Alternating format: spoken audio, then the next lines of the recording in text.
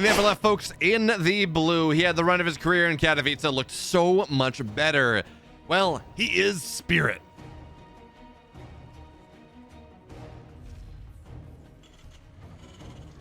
And the bottom right now in the red, the finalist of Katowice, only stopped by Spirit's teammate. It is Maru.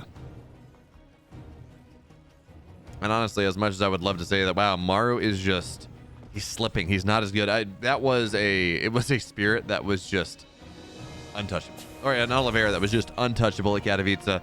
Maru was playing very, very well, but you knew it was going bad when Maru build order countered Spirit in game, or Jeez. Maru build order countered Oliveira in game number 2, and Oliveira won anyways. Maru had a fancy drop that should have gotten a lot of damage done, and he unburrows the Widowmine just to make the engage harder, and instead the Widowmine kills his entire army. And at that point, you just look at this and you're like, Oliveira's gonna win this, right?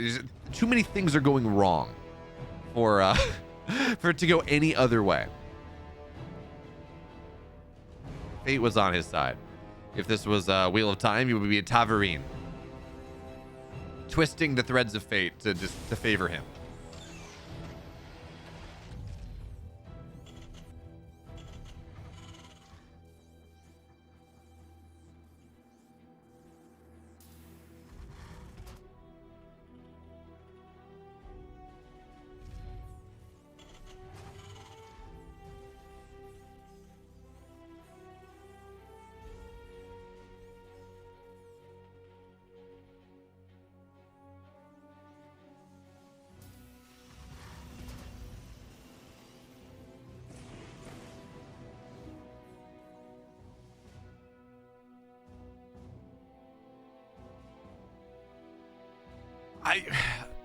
Maru didn't even really get smoked by time though. Like that's the thing. He won game 1 very handily. Game 3 was a back and forth razor's edge game, and the other games was honestly Maru getting a little unlucky, time playing really well and just understanding the game just a little bit better. But look at this. Well, Reaper returns home. Spirit gets the positive trade, and now the Reaper's got to run away. So the natural of Spirit on the low ground is secured. Maru, he gets away, sure. And yeah, Spirit doesn't chase much further, but the delay doesn't happen. Maru committed an SCV for this. Spirit didn't even lose his, so that's +1 SCV for Spirit. Maru, well, he gets a scout off, and that's just about it. But not the level of damage he wanted by committing an SCV across the map like that.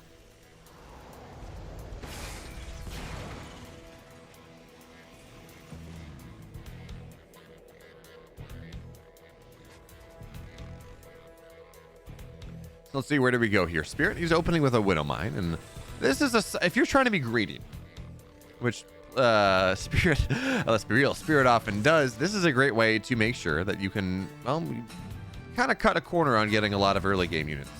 The Widowmine almost always gets one, and that means it always gets like the leading Hellion or something, and then that means that you have better splash. You have a Cyclone as well, maybe. And then the other thing, of course, is if they clump up really hard, Maru, you're going to clump up here. Yeah, just splits the Hellion off. That's a dead, well, it's a dead Widowmine for a dead Hellion, but now it is 3 Reapers and a Hellion with superior concave. Maru shouldn't really get that much done here, especially, ooh, Banshee's on the follow-up. That's kind of fun. Hellion tries to dive forward, gets on top, or tries to get on top of the Reaper, unsuccessful, but nothing really goes down. Maru loses the Hellion, sure, but again, Maru doesn't get the damage he wants. The Hellion will be repaired, and the Banshee on the follow-up, well, that's a beguiling choice. It's going to be cloaked as well, and Maru, is he opening? I gotta assume he's opening Ravens here. Yeah, there's Tech Lab on the starport. So you gotta assume Ravens, but this push coming in from Maru, I don't think it can get much done. It's a tank. It's not many Marines. There's not a lot of anti-air from this push, and with the Cyclone, it's like 5 Marines. With the Cyclone and the Banshees, this should be able to hold, but the Banshee's running on its way onto the other side of the map, and now, okay, here we go. Spirit gets the scout. He sees the medevac, he sees the Reapers, and he does not have the Banshees at home. So as much as I'm saying, I kind of like this, right? Well, it's a little dicey now because, well, those are great KDA charges, but the Cyclone has to go back. It has to be repaired. It cannot suffer 2 tank shots. So now heavy damage on the Natural. More and more workers are starting to fall. That's, again, fantastic KDA charges, and Spirit needs to buy time. He needs this Raven to go out. If he can shut the tank down, maybe that's going to be the play. But his orbital is getting very low indeed. So here, how does Spirit choose to play this? Raven moves in from the right side. Marines, they posture, though, and there's a Cyclone here as well. It's going to be a little bit more difficult the longer this goes on. Banshee's not even really doing anything on the other side right now. Scan there, and that's going to knock the tank down from Spirit as well. SCV's repairing. Is it going to get it in time? Actually seems like it will be able to do so, but there's not a lot here on the ground for Spirit anymore. He tried to break the tanks, and it was just not successful. So Banshee in the main base of Maru. Well, there's a Raven, but that doesn't really kill Banshees, not all that easily. So now economic damage on the other side. Auto turret gets dropped to try to kill off this tank, but the tank is just staying alive. Yes, 7 workers have gone down, but there's 7 of Maru's workers. And the auto turret, well, the Banshee has cloak. It's just not going down.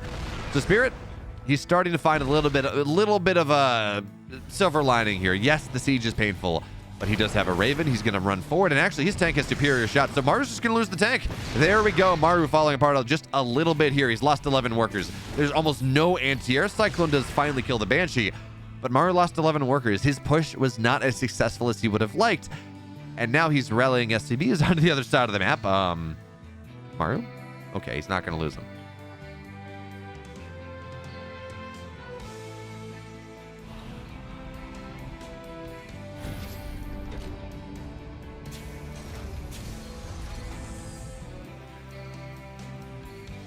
And it's funny, we talk a lot about Maru and Oliveira and how that series went. I'm going to say something that is very brave, and it's going to make people mad at me, maybe. But over the last 2 years, Maru's kind of turned into a Kong. And that sounds crazy for the winningest GSL player of all time, but look at it. You know, he made Valencia finals. He didn't win there. He made with 3 GSL finals over the last 2 years. He only won 1 of them. He made the Katowice finals. Like, he has a ton of silvers in his cabinet recently, and very few tournament wins. He's just really, and maybe that doesn't make him a proper Kong, right? Because he has won tournaments in the last 2 years, but it feels like when he's winning tournaments at this point, it's kind of against weaker players. I mean, Ragnarok, let's be real, was not on Maru's level in season 3. He's still very good, but he's not miles and miles and miles above the rest of the pack anymore.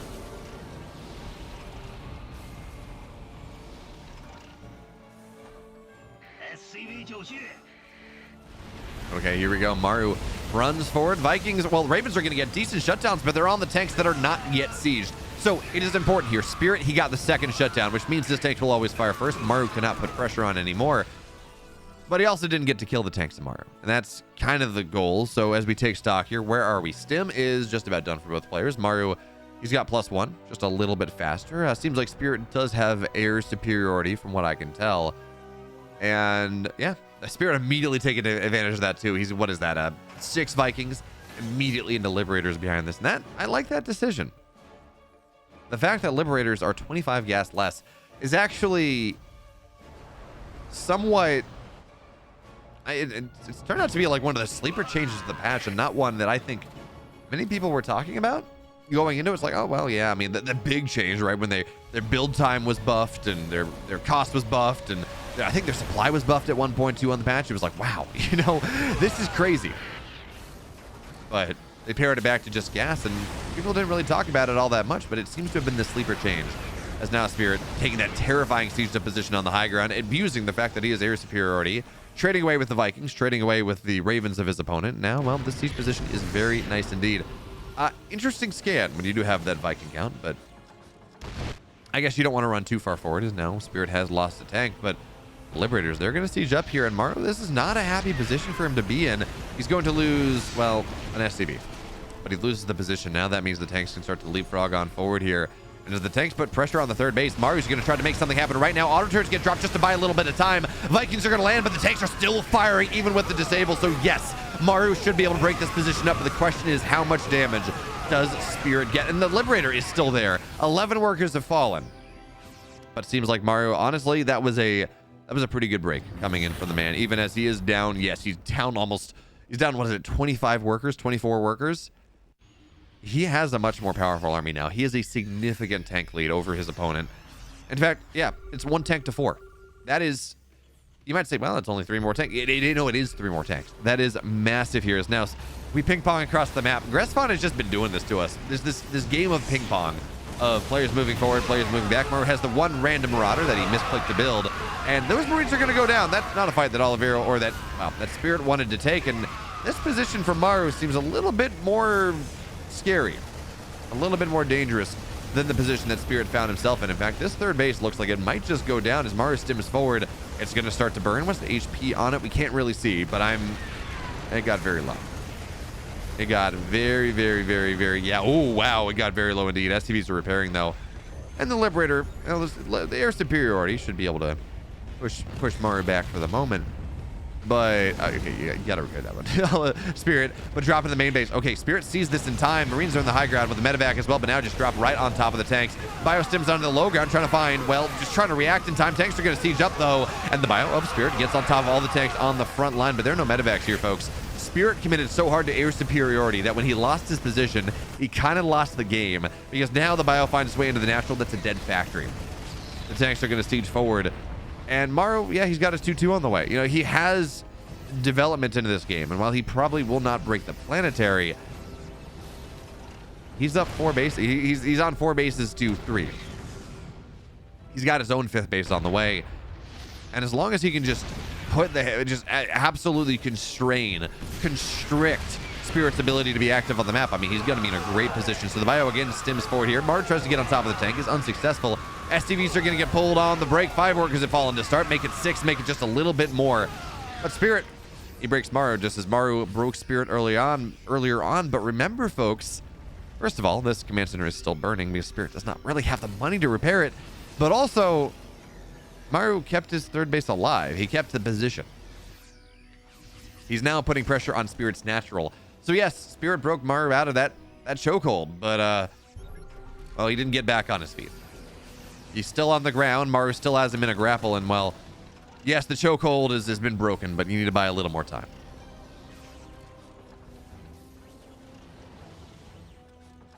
And now medevac runs forward just for a little bit more vision, but Liberators are here, so that's, you know, some level of anti-air. The Bio stims forward, trying to get on top of this Liberator before the tanks fall down, and Spirit does not target the tank of Maru. So now Spirit's got no tanks in the natural. He's only on single factory. Again, SDVs are going to have to get pulled, but this one does feel like the death knells. Maru, the army supply is not even all that much higher, but it is 2-2 versus 1-1. It is so much more right there, and it is the lack of tech, no tanks in the natural, that makes life so difficult. Yes, Spirit does have a counterattack on the other side. He's got a lot of damage on Maru's 3rd base. Maru's got a 4th. Maru's got a 5th. This drop in the main, well, it's going to find a decent amount of bio, and remember, Maru's bio is just better. So did the 3rd base fall down? Or did the natural die? Or did Oliveira pull that into the main base? I gotta assume he pulled it into the main base successfully. Regardless, Spirit has fallen. Maru takes the first game and shows us that, yes, Oliveira did kill him in Katowice, but his DVT is still really good. In the bottom left, folks, in the blue, down a game in this series, but he played a very good one for Kaizi Gaming. Give it up. His name is Spirit. Almost got it timed out.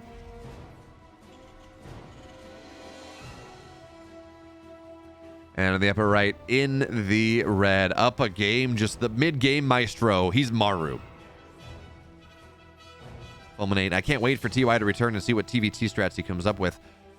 I don't think it's coincidence that TY has come back from the military and suddenly Special's playing well. I'm just saying. Guido Incognito, steadfast casting earlier today. Bayo now. Katowice, the best caster team represent. Thank you. I'm glad you enjoyed it. I think we did a very good job at Katowice. Maybe not the final day. I think we were both kind of tired and the games weren't quite as good. I don't know that our cast on the final day was, or at least my portion of the cast was not quite as locked in, but that Friday, I think we put in one of the best casts together that we put it in quite a while. I'm very proud of the work we did. So I'm glad you enjoyed it. Marty V. Buren, are Special and TY on the same team? No, but they are good friends. They have lived together before. I don't think they're living together now. And they think about StarCraft in the same way. So, from that perspective, it is not surprising that TY comes back and Special starts doing well. I mean, I think it is probably more that he's finally settled back into Korea, that he can focus a little bit more. It was kind of a rough year for him as he got kicked out of Korea and had to find a way back, and it was rough. Thank you, Guido Incognito. By the way, I do appreciate how your name rhymes.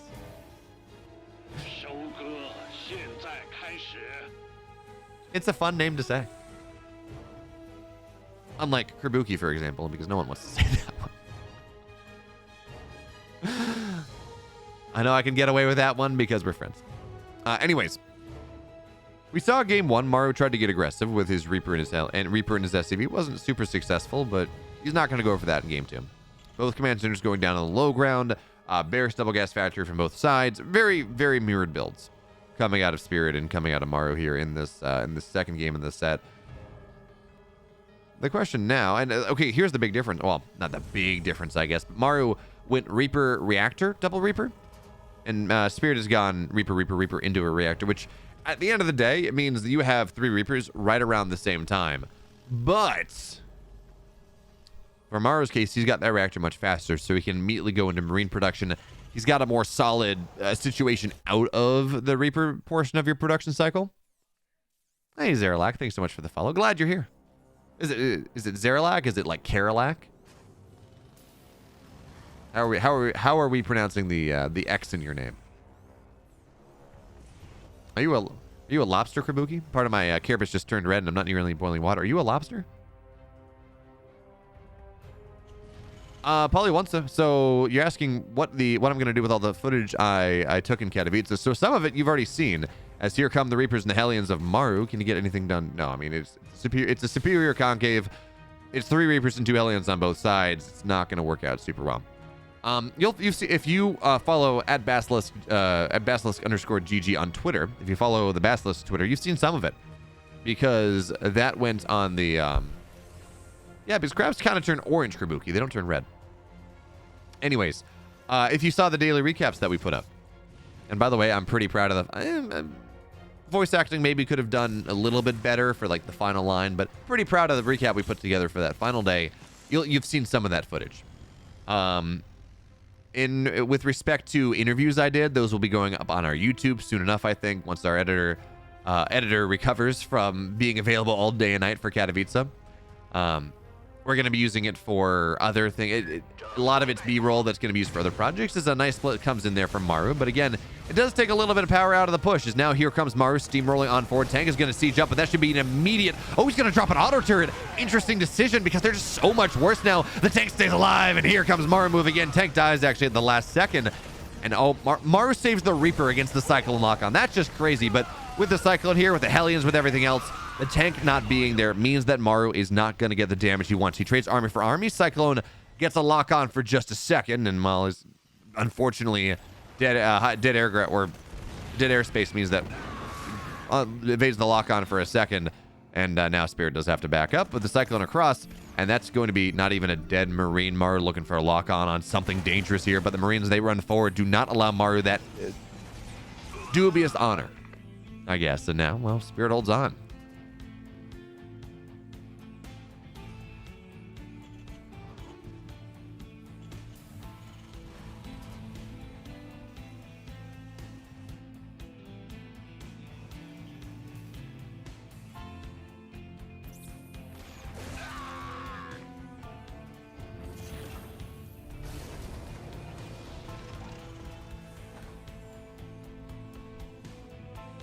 Okay, so now we're moving into the mid game. Maru tried to go for that heavily aggressive option that worked very well in game number 1, but the tank just barely survived. Last shot of like a Marine or something, and so the tank went down. And that meant that, well, Maru was not able to break Spirit anymore. So double eBay on the way for both sides, timed out almost identically. Stim on the way, tanks on the way. It's crazy considering how one of these players was aggressive and one of these players was defensive, how mirrored everything is. It's like all the exact same. Which is kind of funny.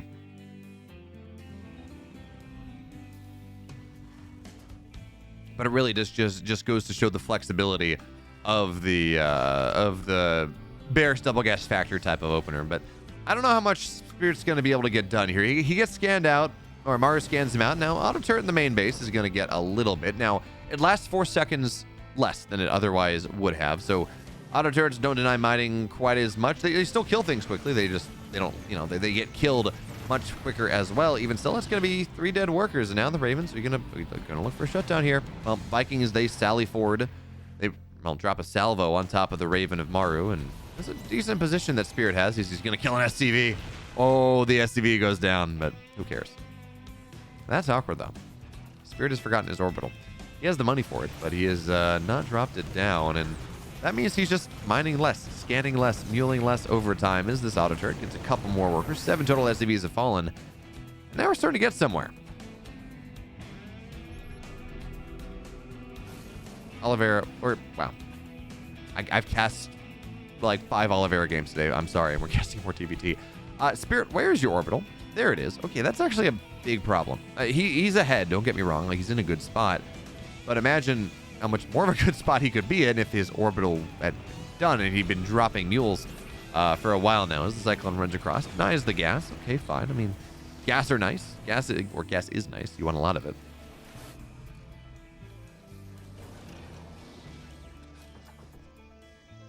But now third base. I've been speaking too much Castellano. But okay, Maru now runs forward. This is going to be a dead Cyclone. The Raven will not fall. And it's Maru's turn to get a little bit aggressive on the map. The sensor tower should show Spirit kind of where things are happening. And he gets a great scan off. Sees where the entire army is. So, in fact, he's going to deputize his Liberators. I thought they were going to be with the army, taking advantage of their superiority. But, well, Spirit seems pretty confident about his ability to hold it home. He's got 3 Ravens to 1. And that means the tanks are not going to be all that scary. And, he's got a bunch of tanks of his own. So instead, the Liberators are going to run across the map. Oh, fancy. And he can do this for a while. Disabling the Raven means that any sort of push that Maru was going to go for right now is just not going to be able to do anything. Anti-armor missile means the Marines are not all that great. And that's going to be a dead Raven as well. So now the tanks are going to be disabled, and Spirit can start to pick them off. Liberator's looking for a siege, and they're going to find it in the natural and the third. So there we go. More economic damage finding its way onto Maru's side of the map as Maru tries to run forward, and well, tanks are shelling away at Maru's tank. So auto turrets are going to get dropped. Vikings, the way that they will land, and Maru, well, I don't know how I feel about that, to be honest. That didn't really kill enough, but 13 SCVs have gone down. That Liberator in the third base still uncontested. Looks like the natural as well. So Maru's lost 17 workers. And this is not what we expect out of Maru whatsoever. You expect him to deal with this, at least in some way, shape, or form, but he's not doing so. And now, yes, he does have a decent position on Spirit's third base, but it feels like he has to get so much more done. In the main base, the Liberator is uncontested as well. So now here we go. Spirit coming in from every side. Left, right, and center. SCVs have been pulled. Vikings, well, they're starting to fall down, but the Marines, they sweep pell-mell, left to right, right to left. And the tanks, they will eventually go down. But as I say that, I thought this was going to be a nice clean break coming in from Spirit. It's not. In fact, he's going to lose his tank on the front lines. Vikings are going to have to land to get the last one. And Maru, despite losing like 20 workers and not mining out of his main and his third for quite a while, he finds himself up 17 workers. Like, how? What the hell? That looks so good for Spirit. And in one way it is, right? Because his army supply is doubling what Maru has, but he doesn't have to, too. And he's down 17 workers. He's got to make something happen here. But with all the tanks of Maru going down, and with the Liberators on the docket, it seems like Spirit may be able to get something done. I would love to see what Maru's tank count is. I don't think it's all that high. I don't even know that he has any whatsoever. Liberators, they're going to siege up the third. Maru just gives it up. He understands that he cannot hold on right now, and, well, that's the proper decision. Hey, Maru has literally 1 tank.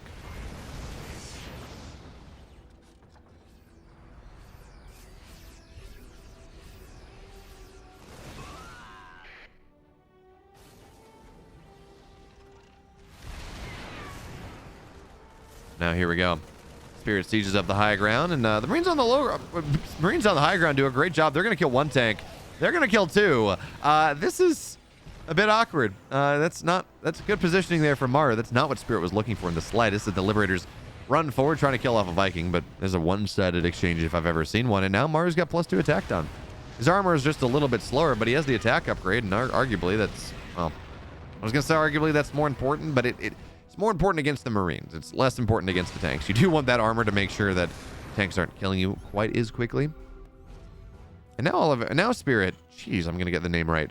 Now Spirit does have his upgrades on the way. But it's very delayed. Very, very, very delayed. So Spirit's, despite this army supply lead that he has, Spirit's Marines are just not going to fight Marus quite a while. I mean, yeah, yes, tank count matters, and it can do a great job of mitigating the fact that your Marines are paper. But even still.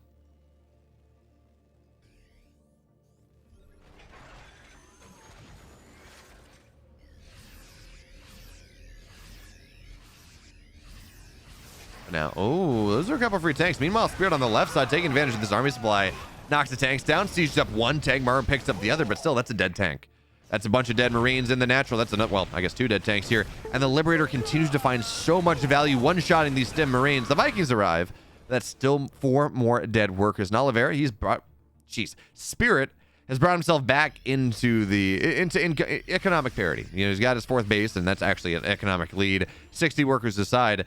And by the way, has anyone noticed that Kaizi Gaming has like the 2 players that have most recently done full name swaps? I mean, I guess we can talk about Special as a player who has always had different names, but people who have just done big Terran rebrands have been sold to Spirit and Time to Oliveira. And now they're on the same team.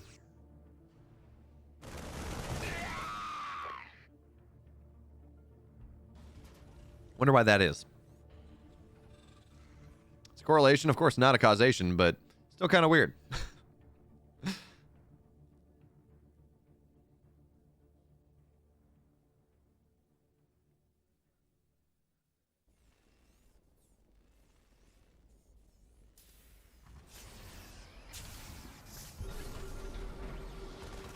Okay, Maru tries to find pressure on Spirit's 4th base. He's not going to be successful.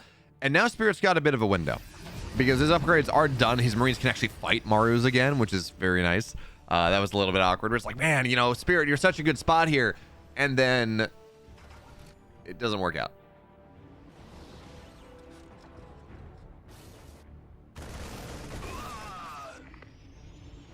And, well, he doesn't need to get his +3, his 3/3 on the way. And Spirit can afford it. You know, he's lacking in minerals, but he's got 1,000 gas in the bank. He doesn't really have much of an excuse here. And we are moving immediately into late game, though, because this is Spirit, folks. And if you could win a game early, well, if you could win a game early or get ahead and try to win it later on, Spirit's going to go take the second option. He does not like to... If he can drag a game out to 25 minutes, he's going to be happy as a pig in mud. Happy as a clam. And, well, that's what he's going for. So... the fusion core on the way. That's going to be for Liberator range, additional starports. And the interesting thing here is we have seen such a wholesale swap away from Mass Raven in the late game as triple drop into the main base here of Maru.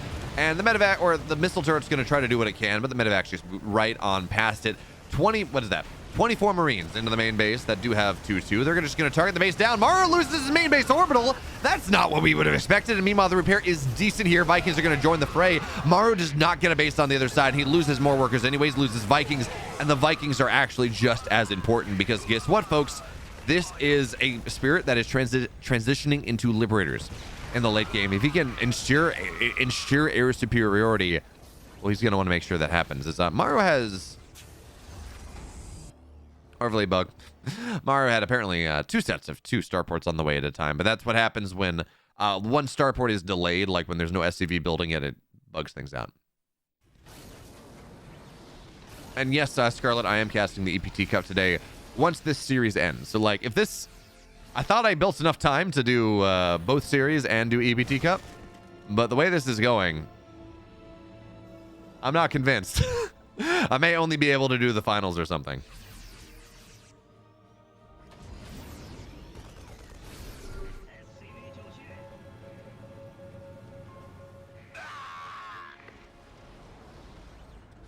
But now, okay, Spirit.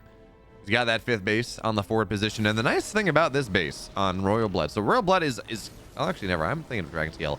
The nice thing about Royal Blood, if you're a Terran player, is by taking that forward base, you kind of unlock both bases on the right side. All 3 of them, really. If we include the gold base, which isn't really a base. But it just dominates so much space. That it means that you kind of lock down a significant area. And I think it's kind of interesting that we see that we see Spirit here. He is opting into a late game versus Maru. And the other interesting thing, and I thought this is what we were going to see, Maru plays old school late game TVT. Given the opportunity, he's going to go into those Ravens. He is going to just commit to Mass Spellcaster.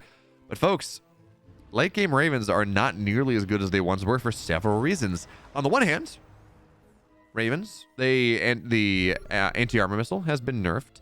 The auto turret is the big one, though. That has been nerfed rather significantly for less seconds, one less armor, less HP. They just die very quickly. And that was actually a key component of the late game. You just spam auto turrets and your opponent can't really fight, especially with an anti-armor missile on top of it. So there's that. And also, there's no more Corvid reactor. As the Liberator is going to try to find... Oh, gets just barely out of range, and that's going to deny mining on the space for a little bit. But also no Corvid reactors, so your Ravens don't spawn with nearly as much energy as now we siege up. What is our Viking count out? It is well, it is 15 to 11. There is no air superiority here whatsoever. Maru, well, he's just going to lose the Viking fight. He gets the Liberators, but now it is 13 Vikings to 5. And that is not a situation that you want. Meanwhile, Spirit dropping in the main base, attacking on multiple fronts. And Maru, he's just suddenly down massively in supply, 190 to 160. The Vikings, they run forward, and that should be able to just crack these tanks if that's what Spirit wants to do. But instead, air superiority, he's just going to move forward. He doesn't need to just crack the tanks right now because he's able to see where his opponent's tanks are, and he knows where the vision is, so he can move into range. And as long as Maru doesn't drop a scan, that's going to be fantastic. Maru drops a scan now, but the tanks, they're not in range.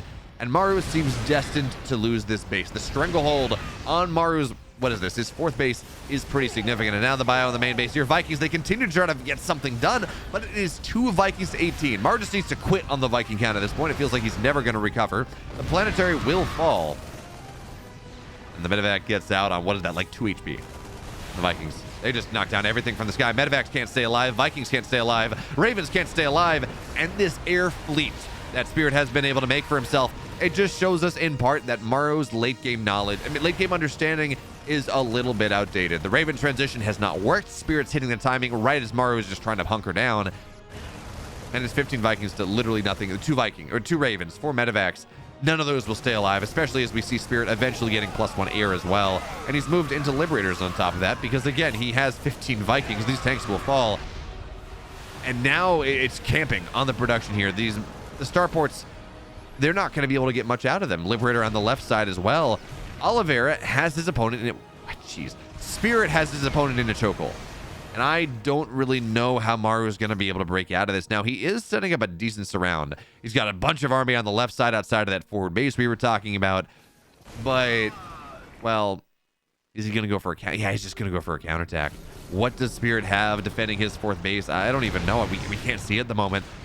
But the question is then, is it even going to matter? There's 1 tank, 2 tanks. They're going to get shut down, but there's more where that came from. Liberator range seizes up. That's going to get a bunch of these tanks as well. Biostims forward, and there's just not enough Marines to knock these tanks defensively down. So yes, there are tanks shelling away at the orbital that Spirit has. You just got to lift it. There's just no anti-air that Maru has. Spirit's up 50 supply, and he's got the chokehold. He's got this position on top of Maru's army. Now the Vikings, you don't want to lose those. And he will not, but now, yeah. Tech Lab's going down. Starports are going down. Maru's got 1 last-ditch hold in him. Marines coming in from every side. The Liberators are not yet sieged. 1 tank gets disabled, and that seems like Maru's going to be able to break out of this position. Takes him a while. It's expensive, but at least he breaks Spirit out. He cracks him out. But it's 135 supply for Maru. It is 180 almost supply for Spirit. He has so many more tanks. He's got Liberators on the way, adding in more starports. 2 for the Met ground on the way. And even this missile turret's not going to do anything. These are extended range Liberators. Missile turrets in the mineral line, they don't touch that.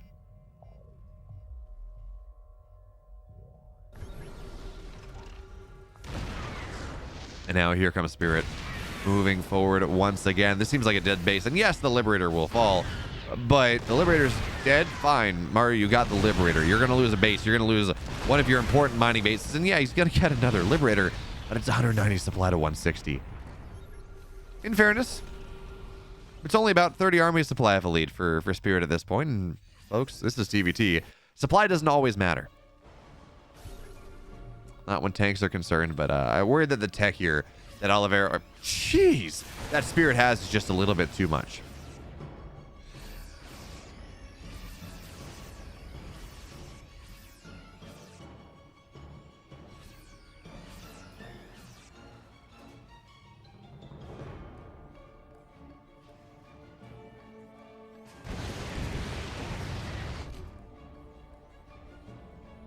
Now the question becomes, how does Spirit end this game? He's got himself in a fantastic position. He's denied so much of Maru's mining. Maru's only on 4 bases. He's kind of retaken that well, what was his fourth base, but he's going to run out of minerals eventually. He doesn't have any mining in his main natural or third, I don't think, or very, very little, looks like. So Maru's economy, like, the numbers seem fine right now, but that's not it. It's a problem. So now Maru tries to stim down the ramp, but Oliveira, Spirit has just first movers advantage. Now, a lot of these tanks are going to get disabled, but the ones that are still there are firing strong Vikings in the sky, and the Marines, they're going to run forward. But there is just too much here, so the tanks will stand strong. And Maru is not able to make the break happen. He lost all of his Vikings. He has, or all of his Ravens, excuse me. He's got 7 tanks, 19 Marines. And that is just about it. Vikings maintain vision. They maintain air superiority. SCVs are going to get pulled to try to make the break happen as the tanks on siege. But Maru, I don't know that this is going to work. The Vikings, they all land. And the Vikings, they lift again because, well, everything goes down. And it seems like Maru, again, he's got the break.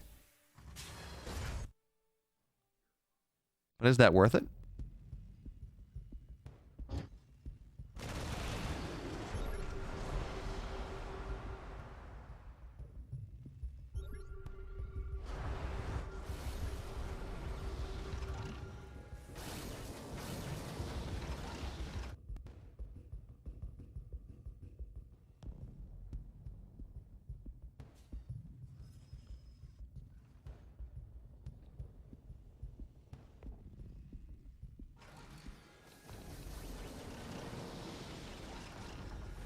Now the question becomes, why...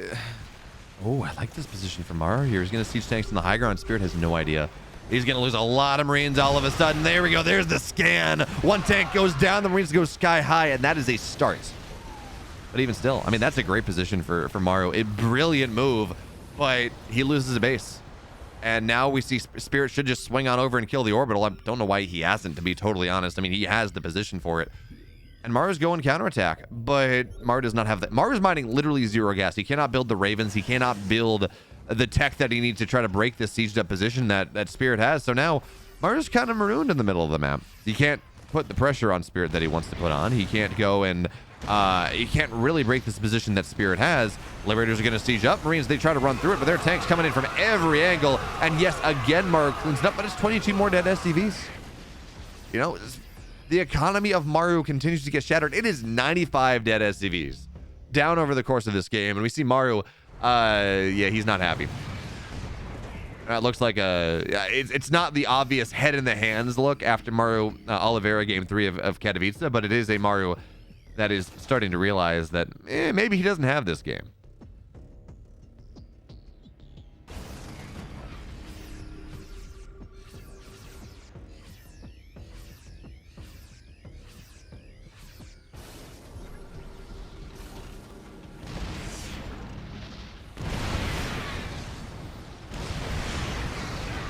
Mario. He has no gas, not really. He's mining a little bit more right now. It's like off 2 geysers, I think. But he does have a siege up here, and he does have, what is that, +2, +3 on the tanks? No, just +1. But that's a lot of tanks even still. So that is a dead planetary, and for the first time in a long time, Maru has been able to actually get damage done on Spirit's side of the map to deny mining just a little bit, and that tank hit squad, it's gonna kill another base. So Maru is starting... I don't want to believe that Maru can make a comeback here because that just seems too crazy. But he's starting to do something. As Spirit cuts off the army on the middle of the map, runs forward, denies this base from Maru once again. It doesn't seem possible that Maru can make this defense happen. I mean, he just has Marines and tanks in this late game when there are Liberators and Vikings. Oh, the tanks are on siege though. Oh, Spirit gets on top of so many of them, but he's got to run away now. And remember, these tanks don't have +2. You can tank a shot. It's not, these are not +2 tanks that one-shot Marines. So the calculus that Spirit has of stimming forward and trying to kill the tanks are not quite as punishing as it might otherwise be. So again, Maru loses the high ground base. He loses that position, but he does swing on over to the bottom right side. And this time, Spirit's not reacting. He's not going to go try to kill his opponent with that army. He's not going to go try to defend. No, he's across the map here, realizing that Maru has to get so much more done than he does. Spirit wins a base trade. If that's where it goes, he has more bases on the map. He has more defensive positions, as this is going to be a dead orbital, and now Spirit finds his way into the natural. But there are tanks here, and the Liberators not positioned. Not just yet. So it's a dead base. Sure, it's 9 dead workers. Sure. And it will be an eventual dead base from Spirit on the bottom right side. Now the tanks in the natural have fallen, and Spirit's starting to camp up the position of Maru's main base. And folks, at a certain point, it doesn't matter how good your economy is if you don't have the production to defend it. You camp a Terran, and that's how that one goes. Now, Spirit reacting to the tanks in the bottom right, but Marines have arrived, and that means those medevacs, or they're going to give up the ghost. Spirit will eventually lose this position that, honestly, it's mined out a little bit. It's not fully mined out, certainly not, but it is, of course, only on 7 mineral patches, not 8. Spirit's had that bottom right base for a long time now, and now Liberators into the main base here, slowly cracking Maru's main, knocking down the 2 tanks. And what's gonna stop Spirit from finding the main at this point? Really not all that much. The tanks don't even siege, so the SCVs that are pulled to try to break or try to keep this planetary alive will not work. So Maru, he's got one last ditch hold into him before Spirit finds his way into the main base here. Tanks are gonna siege up. Marines coming in from every side. Maru's got a great surround, and he will be once again able to break this position. He's not allowing Spirit to find the vulnerable underbelly of his production that really makes him dead. But there's a question now. Like, Maru's wounded. He's had a leg cut off. He's been disemboweled, but he's walking forward. He's hoping to take his opponent down with him, but it's going to be a difficult task indeed. Spirit, yeah, he's bruised. He's battered. In this game, his economy... his bank is mostly spent, but he has an economy behind it. Maru is literally not mining. He's down he's down, what is that? 3 upgrades on the ground. He's down 2 upgrades, or down an upgrade in the air. His Marines have actually been caught on the right side. Now Liberators are sieging up the tanks. It's a 60 army supply lead coming out of Spirit at this point. And I don't know what Maru is, but he can't even build units anymore. He's supply blocked, 123 out of 119. Liberators are going to find the last mining base of Maru, and Maru's done a great job. Maru's done such an incredible job of holding on to this game, of making sure that he is not dead. But folks, again, there's a difference between making sure you're not dead and making sure you're alive. And Maru's doing the former, he's not doing the latter. He's trying to make this counterattack happen, and in fairness, Spirit's doing Spirit things. He's just not killing his opponent. Maru, okay, he's gonna find another orbital here, but now there's a big army from Spirit on the left side, big army from Spirit on the right side, looking for a massive flank. Looking to just crush this army here. Liberator's gonna siege. Tanks are sieged, and these are +2 tanks, folks. They're gonna shred the Marines. And yes, even as the bio of Spirit goes down to the right side, left side cleans up everything, and Maru falls. Spirit and Maru have both died in the first set, so that means Maru wants to play again. He's gonna have to be revived after Solar and Neeb fall down. In the upper left, folks, in the blue, he is for Kaizi Gaming. Well, 3 times in a row, he was in the World Finals before this year. He is Reynor. And on the bottom right, in the red, the Slayer of European Zergs this past Katowice. Folks, give it up. It's Solar. And that is, yeah, we talk about all the records that were broken, right? First Chinese player to appear in a global final. First Chinese player to win a global final. First player to get knocked out. First possible opportunity to not win a single map in the tournament leading up to Katowice and then to win it.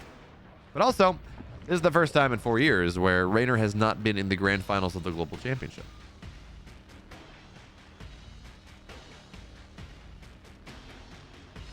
He won in 2021. He was a final. He lost in 2022 to Cyril, and in 2020, you know, he lost to Dark, I believe, in that BlizzCon.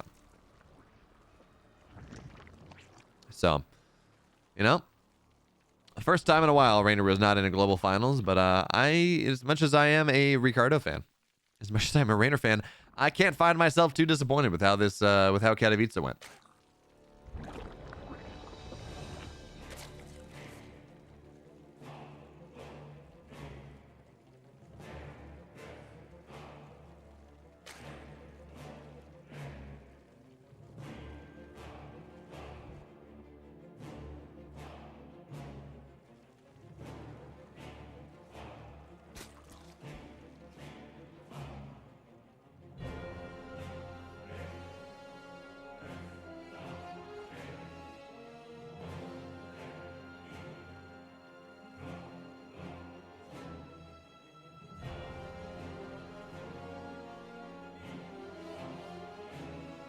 So it's funny, as we wait for this game to get started to see what's happening.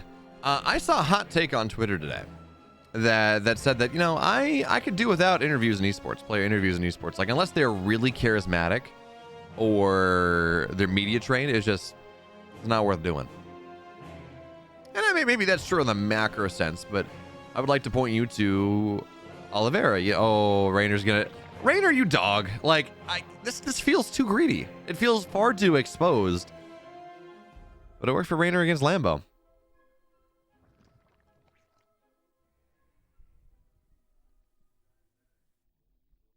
But yeah, so they're saying, it's not worth it. But like, if that was the case, you know, we wouldn't have that incredible time interview, which I wouldn't argue that Oliveira is intensely charismatic. You know, he's good enough. I wouldn't argue he's intensely charismatic, and he is certainly not media trained. But seeing him, you know, asked to speak Mandarin and break down almost immediately because of what it means to not only him, but his entire server, his entire country, his entire community. I mean, that's beautiful. You know, like, yeah, sometimes it's like, well, I just hope to try hard and give good games for my fans, but like, you miss out on these beautiful moments.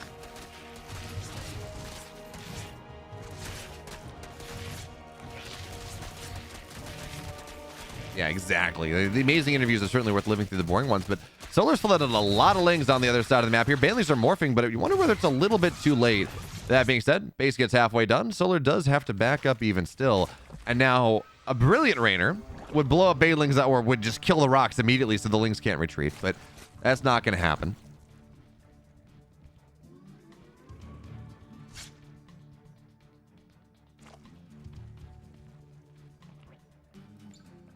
Yeah, my favorite, as we talk about interviews, as Solar builds a bunch of roaches here, my favorite aspect of sports interviews is everyone gives the athletes like a ton of crap for like, oh, well, I just tried really hard and we prepared, and you know, obviously some of it's media training, but like, have you tried to play like really hard for 60, 90 minutes, whatever it is? You know, I love, so they've done this thing on occasion is Raynor's trying to kill the rocks from the other side, desperately trying to make sure the roaches don't find their way across, tries to trap the roaches inside. The rocks are going to go down here, I think, and the roaches, they just got to run away. They're going to get trapped, and yeah, Solar just gives up the position. He's not going to make that happen. He's going to get walled out, but he's just going to break the rocks down on the other side. Almost super kill. Super cool, but it does delay this position coming in from Solar. It does delay the push coming in, and that buys Raynor more time to build more lings, to build more banes, to build more roaches. Even still, Solar's up like 20 army supply. He's got a lot of roaches here. He's going to knock down banelings on the right side. I think you got to kill that baneling, but no, lings are just going to run right on through into the main base. Roaches fighting at the front. Banelings just not getting the connections that they need, and Solar is starting to rip and tear Solar or Raynor asunder. That being said, Equalizer starting to equalize for just a moment. The banelings, you have to be careful about those. The roaches are going to have to target them down as the lings, well, they just continue to run right on by. Oh, actually, that's very nice, canceling a couple nascent cocoons, a couple building cocoons of Solar. And as much as I was saying that this was really good for Solar, Raynor seems to be holding on very well indeed. The lings, yeah, they got a queen. That's fairly significant. But actually, wait a minute here. Here come more lings. That's a good surround. These roaches will continue to get surrounded here. Lings in the main base. Well, there's just not enough defense anymore. So I was talking about, well, you know what? This seems to be stabilizing for Raynor. Folks, it's not anymore. Lings, they continue to filter on forward. Raynor's going to lose this forward third base. And remember, from the damage of the lings earlier, it's halfway done. So if Solar wants to kill that, he will be able to do so. If he wants to run right on by and get more, I don't know if I like that as much. But this position that Raynor desperately has to defend, it's a position that forces Solar or forces Raynor to fight. And that is just a position that, well, that Solar continues to get excellent trades in time over time over time. The roaches get surrounded of Raynor. Solar just continues to kill more and more. And this base should finally fall. But honestly, keeping it here is just fantastic because it forces Raynor to continue to fight around it. And that's massive. So Solar, he's up 20 supply right now. He's up double the army supply. And at this point, it does feel like this should be the end of the third base. There's no way that stays up. Raynor has been just a little bit too greedy. And folks, for the first time in this WTL playoffs, we see Kaizi Gaming at a shot where they will be down a point going into things. We saw, of course, Spirit and Maru, they traded out. And it seems like Solar's going to get the first point here in this series as well. It's going to be a very difficult hold if it happens. And I don't even know that it's going to be possible. I mean, drones are going to get pulled, and maybe there's a hold right here. Baneling, it's going to get a pretty good connection, actually. But there's a ling in the mineral line. Roaches and Ravagers, they continue to drive on forward. That bio will miss kind of awkwardly. But it's the momentum at this point. There is no third base for Raynor anymore. There is a third base for Solar. Production is doing great for Solar at this point. He has queens. Raynor's lost so many of them. And Solar, he takes game 1. Shows us that he just has European Zerg numbers in the ZVZ. Now, folks, what's going to happen here? Can Reynor go and get a point back? In the upper left, folks, well, we said his name. It's Reynor.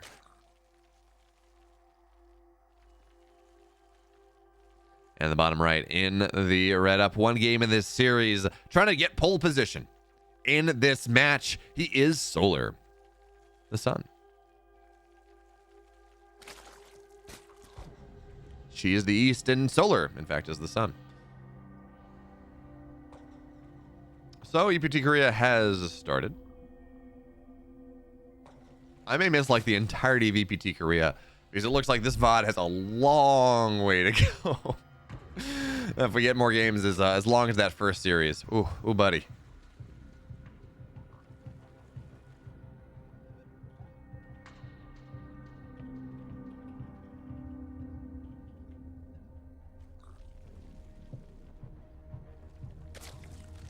I need to go and I need to cast the big games from Katowice. So 19 players signed up for or 15 checked in for EPT Korea. Big name Scarlet, Hero, Special, Gumiho. Gemini's playing, that's fun. Nightmare, Classic, and Creator. Lots of Protoss. Lots of Protoss. So quarterfinals should arrive fairly quickly. We may not be able to do things. Alexius of Twitch, there is no bracket command because these games happened this morning. We're casting them now live, but the games happened this morning, which means that brackets are just spoilers.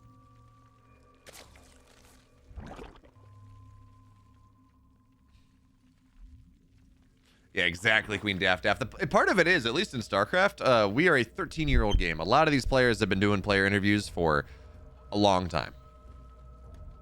They've been doing the player interviews for a long time, and that means that they are they're old hands. They're not quite as awkward as they used to be. It's no longer as like 14-year-old Maru who goes up and, you know, I'm gonna try hard and give good games for my fans. Now we have Beyond winning rock paper scissors before he gets dominated by Cyril in the round of 12 of Katowice. You know, we have Maru. We've Beyond putting Maru in a headlock and, you know, trying to get the mental advantage, trying to loosen up a little bit. It's great.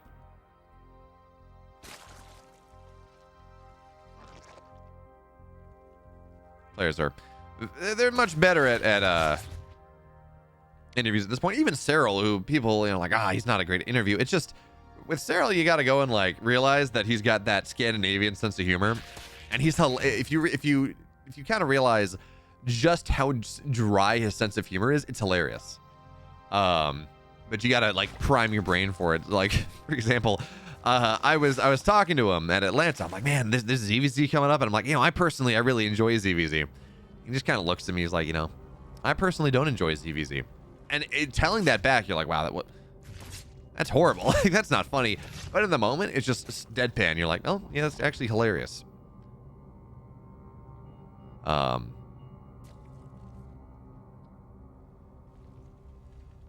yeah. Players they've gotten better at interviews, and we are lucky that we are in such a mature scene that we get that. The funny thing is, though, is when Stormgate comes out and we got all the new kids hopefully coming in and playing, it's like, we're gonna have bad interviews, I guess.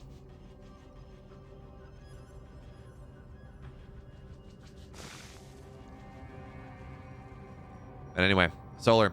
All roads lead to Carapace timings in ZVZ, at least in Korean ZVZ, at least if you listen to Scarlet. And that is what is happening here. Carapace on the way. Raynor going for a fairly quick lair, though. He's going to deny the scout. He is on one gas. So this is going to be kind of a speed roach idea as Lings try to get on top of this queen, but too many Lings defensively is going to be fine. And Raynor, by the way, I should have mentioned this, and I failed to do so. Raynor opened gasless. Now, he does not have Ling speed, so he's running across the map now with a couple of roaches. But I don't know how much this is going to get done. Solar is actually down a couple workers here, and he's building more and more roaches because he's going for his own timing. And this is just, I don't think this is what Raynor wants. In fact, he feels like he's massively over droning at this point. He's got 3 more on the way. He's going to go up 13 workers on his opponents. Raynor may just lose this Overlord as well. Yeah, the Queen, I think the Queens get that. So 24 more Lings on the way. Carapace is just about done. And Solar is, yeah, Raynor supply block too. Raynor has massively overdrone. Not massively, but he has overdroned here. He's supply blocked leading to this push. And this is not looking good for the Italian Stallion.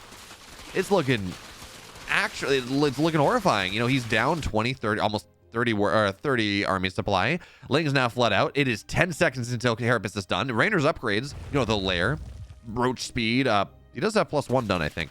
But roach speed, everything else. I mean, he has spent so much into this, and it is not going to bear fruit for quite a while. So here come the roaches from Solar on the right side. Now, Raynor's got a lot of vision. He sees where the Lings are on the left and right side. That's a big deal. And the banelings there, they're set up to receive the Lings, but now that means roaches have free access effectively into this third base of Raynor. And again, well, Lings, they move forward. You can tank Banes. It takes 2 banelings to kill a bunch of Lings. So now Lings get on top of the roaches here, trying to find some level of value. Roaches on the right side, they're going to go down very, very quickly. But the roaches of Raynor are somewhat set up. And I'm sorry, I thought Raynor had +1. He doesn't. It's a bigger problem than I thought it was. So it's just an upgrade lead at this point. Raynor's roaches are not nearly as tanky. His army in general is not nearly as tanky. That does just the same amount of damage. And now into the natural, he's going to have to retreat. Queens are starting to fall. Lings look for a surround, and they're going to find it. Queens continue to fall here. Roaches, they plug the gap, but it's not even a great wall. So the roaches, yes, of Solar, they have started to go down, but they're not dying all that quickly. And folks, Onsyde Gaming's Solar seems like he will survive his bout with Raynor.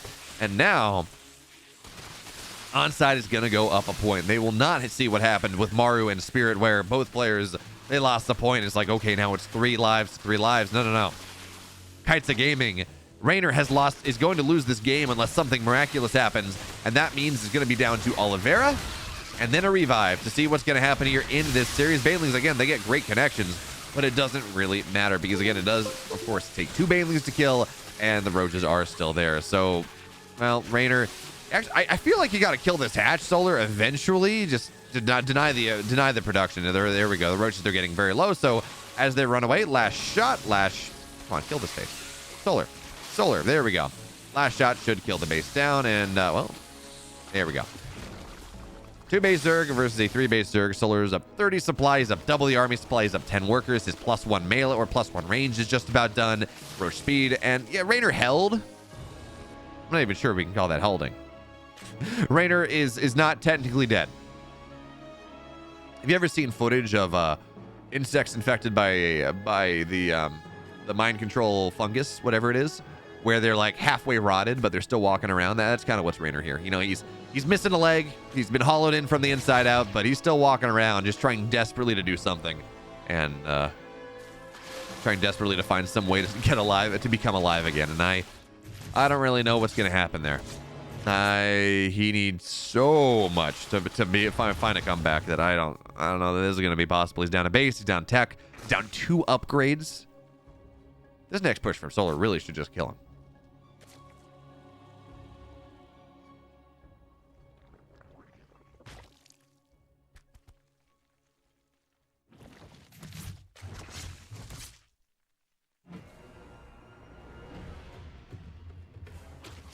All right, so now here comes Solar running in. He's got 2 upgrades in the lead. He's up 30 army supply.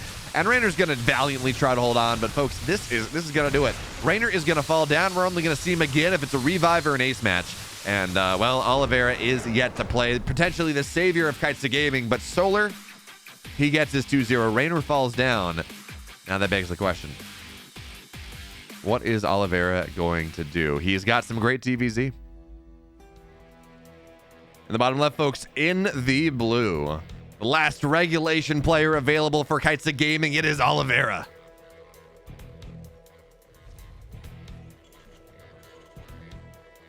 And in the upper right, in the red, with 1 kill to his name, 2 maps to his name, Solar.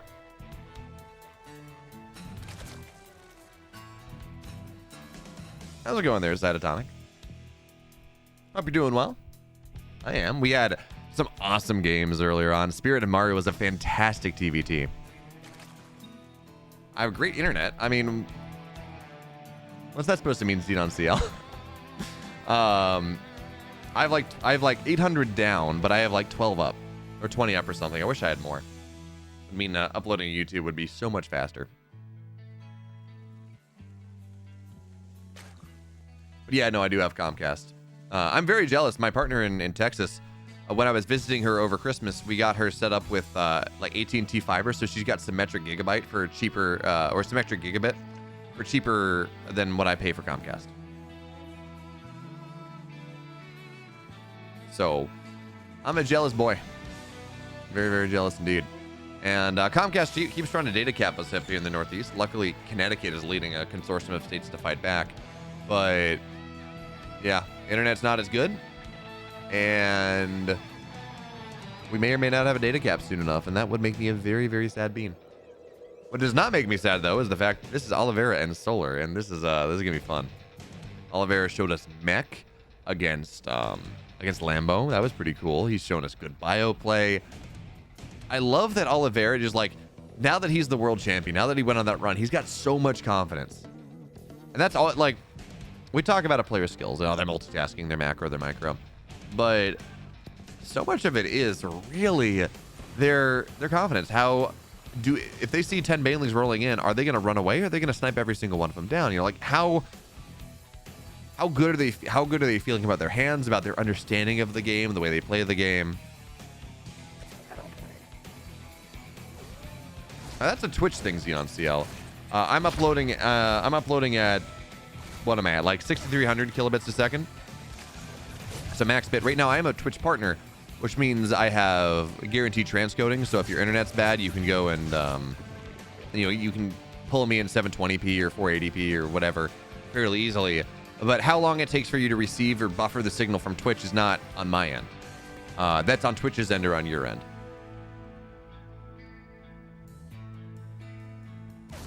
But I am glad that it is working out, as this Reaper is going to pick a fight with Queens. Well, they're girthy.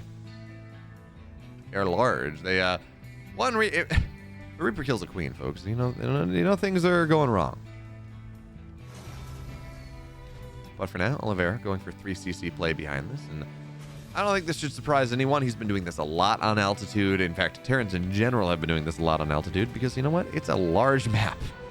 It is 38 seconds across. It's got 38 seconds across the map. It's got 5 bases. Yeah, there we go. 38 or 5 levels, 8 bases. It's massive.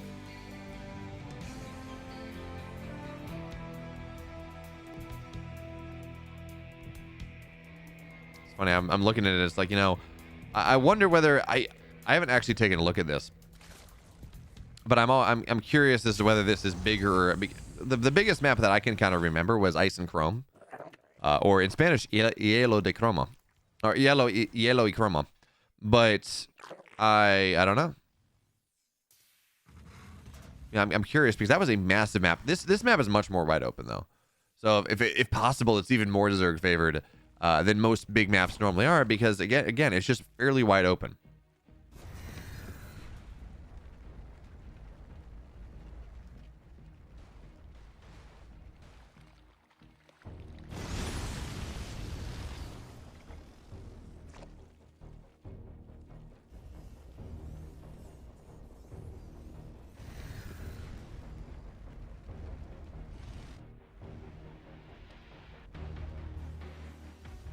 So interesting from Solar. We got a Roach Warren on the way. Rather quick lair.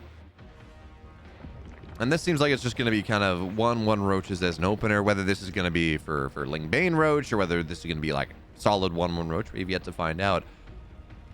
And this is an interesting decision. So on the one hand, if you think Oliveira is going to get aggressive or you think he's maybe going mech play, getting double Evo very quickly, moving into Roach deck makes sense. But Oliveira is being greedy. You can run Roaches across the map. It's a fairly wide open third. It's not like Dragon Scale. You know, it's not to the point where like, wow, this is a really good Roach map. So I'm kind of interested to see exactly what Solar has in store for us as the Hellions they dive forward. They're going to get Creep Tumor.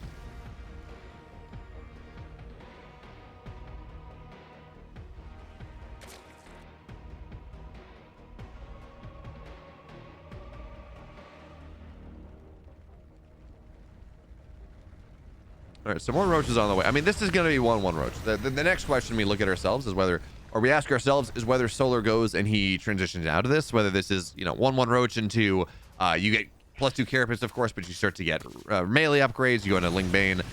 Whether this is going to be into quick lurkers or roach hydra, something like that. We have seen a little bit of that at Katowice. Or again, whether this is just pedal to the metal, 1-1 roach into 2-2 roach, try to make the third base of the Terran down. But for now, we're gonna figure it out.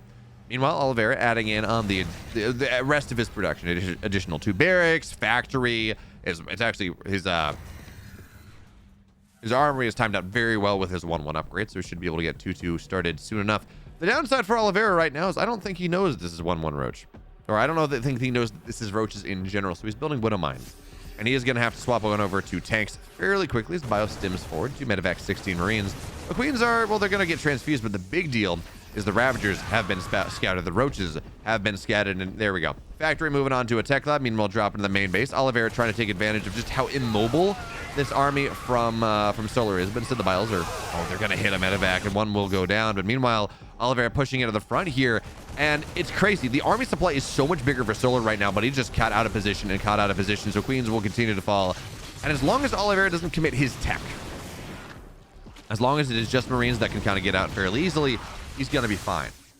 But he needs to keep his tanks at home. He needs to keep his liberators at home. He needs bunkers maybe, because the push coming in from Solar is just about right now. 175 supply, but I love what Oliveira is doing. He is reading this map in slow motion. He pushes in. He assumes all of Solar's going to run across. He's got another level, another push on the right side. Now he finds his way into the third base, but there are roaches in his third, folks, and that is scary. Normally I'd say, you know what? Hey, Oliveira's doing a great job, and he's killing so many roaches on the reinforcements, but he has to run those SCVs away. He was a little bit slow there. The factory will fall, and well, the third base has to go up into the main. SCVs have to run away desperately. And how much damage did Oliveira get? I don't think he got all that much. That was a cool move. I liked the idea of just jerking Solar around, but Solar's maxed out. And the bios now, they're going to start to really try to knock this wall down. They're not going to be successful. And SCVs will now fall. They ran away, but they can't get home. And now, 20 SCVs have fallen. Third base is not mining. Do we have any tanks? There's like one. As the roaches, the ravagers, they run forward. Biles, they're going to, well, actually, they're not going to hit much of anything. And yeah, sure, the supply depots are going down. Oliveira is supply blocked. That's kind of a problem. SCV's repairing this last one. But even still, there is a timer on this push that Solar is doing. 2-2 is just about done for the Terran.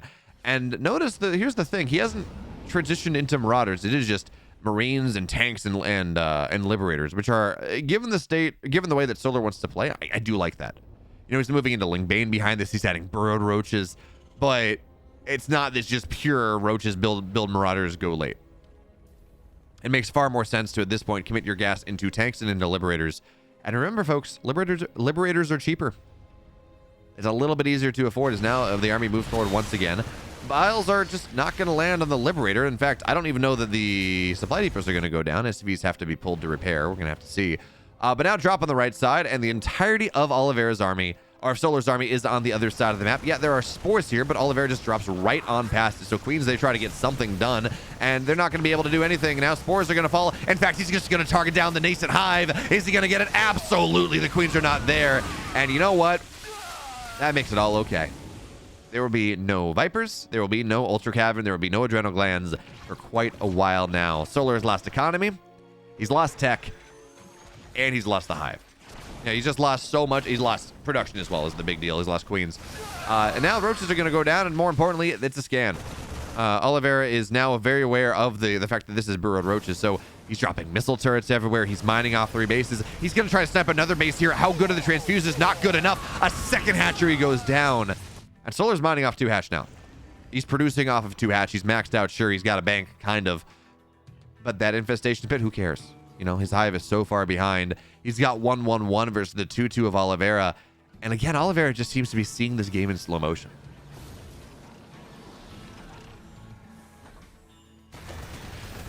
He's making all the right moves. He's getting the snipes he needs. He's punishing Solar, committing so hard on the other side of the map. We're seeing that with his drop play. And now there's a hive on the way, but it is started at 10 minutes, not 7. And Oliveira's halfway down to his 3-3. He's got +2 tanks on the way. This army that he's building when he maxes out is just not going to be something that Solar's really going to be able to deal with all that well. He just doesn't have the tech for it. And now I wouldn't mind going into Marauders later on. Certainly Ghosts seem to be a good idea. And so, yeah, he's been able to reestablish his bases, kind of. His main base is mining once again. He's got that fourth base, but his economy was delayed for so long that, I mean, look at this army that he's got. It's a 1-1 Roach Ravagerling Bane against 2-2 Bio. Bailey's run forward on the right side, but Oliveira snipes the rest of them down. Great splits against the Biles, and yeah, there's nothing to prevent the chase right now. So here comes Oliveira's Marines stimming across the map. Now, this is nice. The Roaches find their way onto the third base, and that they weren't even burrowed, folks. Maybe they burrowed onto the army, but this is a little bit dicey. One tank's going to siege. Roaches are going to kill that one. And Oliveira has been forced back, but here come tanks on the high ground. This missile turret will fall to try to allow the Roaches to escape, but I don't know how good that's going to do. So even as Solar makes a great move, it's not incredible. And this Liberator is getting so much damage done. Spore repositions and finally forces it back. But now here comes Oliveira on the other side of the map. Yeah, Queen's trying to kill Medivacs, but I mean, good luck. And these Roaches defensively, they're going to rotate on over. What does Oliveira have at that third? I don't know. That's the scary push he's got, though. Yeah, there's nothing here. One tank, kind of, that's going to siege up out of range a little bit, but now Oliveira's third base under significant threat. And the Roaches, they move forward right as Oliveira is distracted, but the tanks, they're going to siege up. Bio moves forward. Bailings are all on the right side, and they're going to get tapped down pretty hard. Oliveira continues to swing on forward, and it seems to be in a position where his tech is good enough. His +3 attack is just done right now. Bailings get targeted, where, yeah, he's lost 22 STVs. Fine. This army is going to be damn difficult for Solar to deal with, and he's just going to continue to build more SCVs. He's kind of all in on this 3-3 Marine tank idea. So Solar continues to build more Banes, more Ravagers. There's an Ultra on the way, but he does not have Ultra upgrades. Kindness plating a long ways off. He's got +2 Carapace. That is about it. These Ultras are going to be paper, even as it is just Marine tank. There's just not enough tech here on the Ultras to really make them super powerful. And now there's a fourth base. Oliveira lost a lot of his economy, but he does have a fourth base even still. He's got quadruple scans at this point. The Bailey's run forward. And Oliveira just playing on the edge of things, looking for an opportunity for a timing where the Bailings are not yet ready. Meanwhile, Lings and Roaches are on the other side. The Roaches get on top of this tank, but there's a Liberator here as well. Lings on the left side. And the Planetary is just not done. I'm sorry, I said quadruple scans. I thought he was turning that into an orbital. No, it's a Planetary. Makes sense. Not playing like Yun. But yeah, 10 SCVs have gone down. Even still, Oliveira's army is terrifying. And, okay, so Solar runs forward. Tries to find something, but the Planetary is done, so that is defense against the Ling run-bys. Liberator re-sieges itself just a little bit, so these Roaches will fall. And Oliveira continues to try to build more SCVs. Viper on the left side is going to try to get a Blinding Cloud on one tank. Oh, gets a couple more here. And this is going to be the opportunity. The Marines, they stem forward, but they got to be careful of the Blinding Clouds. They can't fight through them as the Ultra runs forward. Oh, Oliveira doesn't even care. He's going to stem on top of the Ravagers. He's going to get on top of everything. And you know what? Despite the fantastic Blinding Clouds, this was an incredible fight coming in from Oliveira. He's got so many Marines. This is going to be just a dead base. And Solar, he tried to make the break happen, but now he is broke as hell. He's got a ton of gas, no minerals.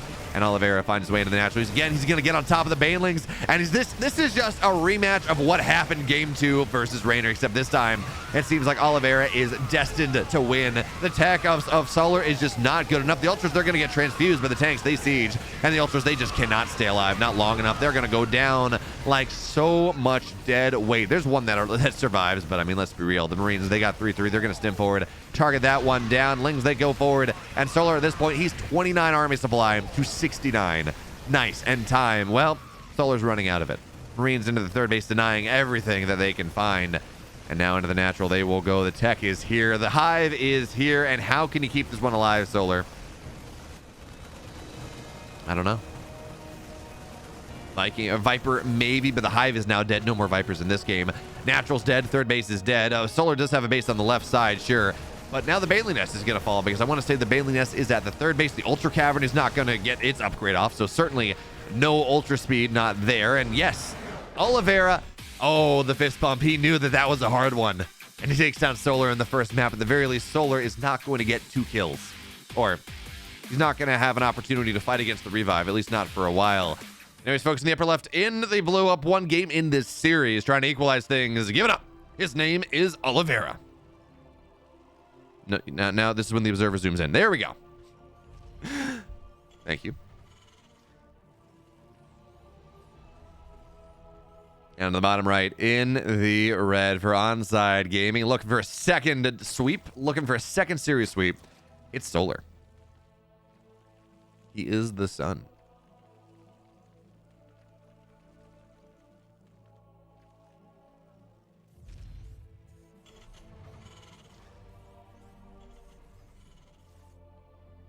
Excuse me. So, folks, I gotta say I'm a little sad. And, like, I have no good reason to be sad, but I am. In that we had... we bought a lot of equipment. We got equipment for Katowice as Basilisk, because we were going to be doing these interviews, and it's, you know, an investment in the future and content we're going to be producing at different tournaments, and, you know, it made sense. And we got it all shipped out to my place so I could bring it out to Poland and do things and then hand it off, because currently the Basilisk folks, as of February 18th, are down at MTG Philly. So if you're there, on some off chance when you're watching this, you should go say hi. They're awesome. So they have that, they, you know, passed that off to them so they can produce content down there. And none of it arrived in time. Or the shipper shipped the wrong thing. It was like the worst. We ordered things like 2-3 weeks in advance, and maybe not the camera, but everything else. And like for the microphone, we got mics, you know, we were able to make interviews happen, but they sent the wrong mic twice. Once they sent like a flash controller, and then they sent a single mic setup instead of a double mic setup, which we ordered the double mic. Anyways, I had a lot of stuff that I had to go drop off by like a UBS drop-off point this afternoon. And I'm just saying I'm sad, because I was like, you know, sitting there, and, you know, we had this camera in my room and this fun tech, and I'm like, what if we just didn't return it? You know, like, I can make use of it, I want it, but of course it's not going to happen. I mean, I understand. It was never truly mine, but I'm just a little sad. It's like, you know, what if?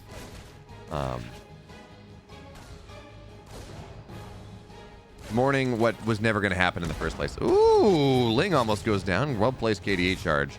But Oliveira, he's not going to get much out of this. And why are we even talking about Reaper play? Why are we even talking about what's happening in the early game? Because, folks, Oliveira, again, it's 3CC. It makes sense. It's just about the quickest 3rd CC you can go as well off the factory. But this is aggressive. It's a big map. It's hard to be aggressive. Try to be aggressive.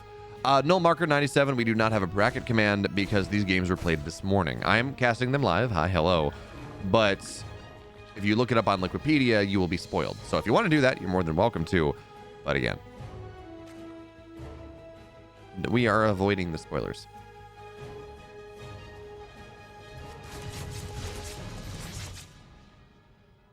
Sorry about that, but especially with these games being as good as they are, you want to avoid spoilers.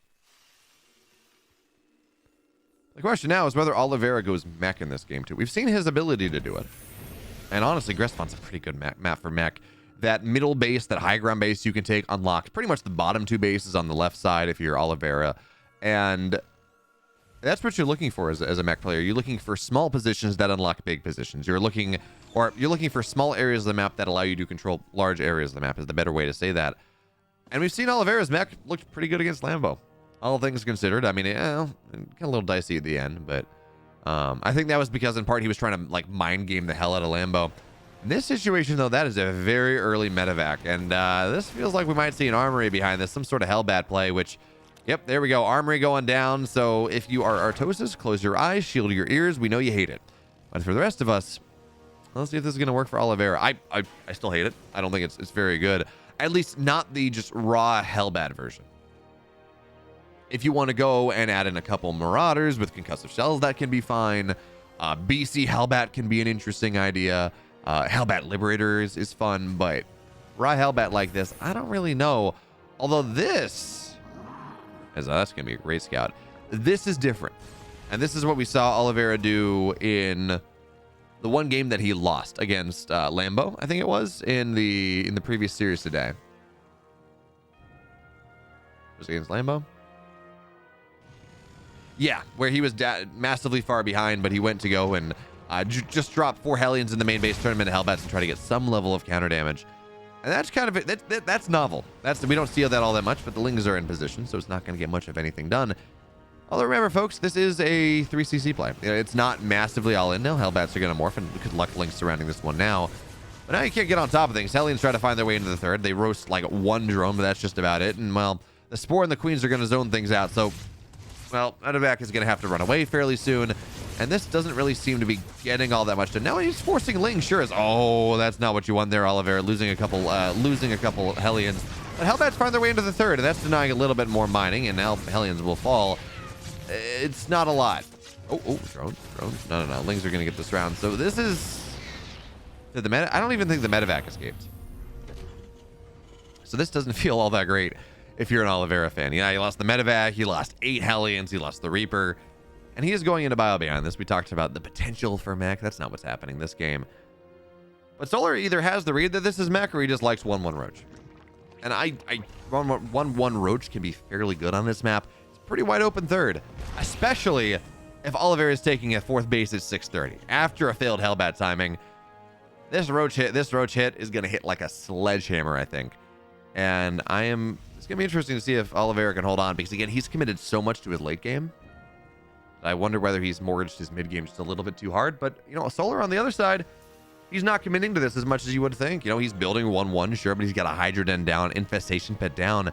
He's not going to go for a big Roach swell. These are defensive 1-1 Roaches into rather quick lurkers, and that still bad for Oliveira, certainly, but it buys him time.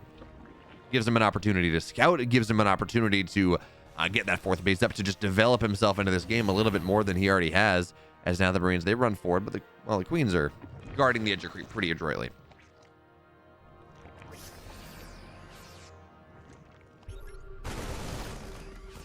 And now, some of this creep will fall, of course, but there we go. There's Lurker Den on the way. Hive very quickly here. It's not even 7:30 and the Hive's underway, so you do like that. If you are a Solar fan, he's getting all the tech that he wants. He's taking advantage of this timing opportunity, this timing lead that he has from the failed Hellbat to take a base, to develop his tech, to take the Hive. And that it means by the time that Oliveira truly wants to move out on the map, his tech is just going to be drastically behind. Incredibly far behind.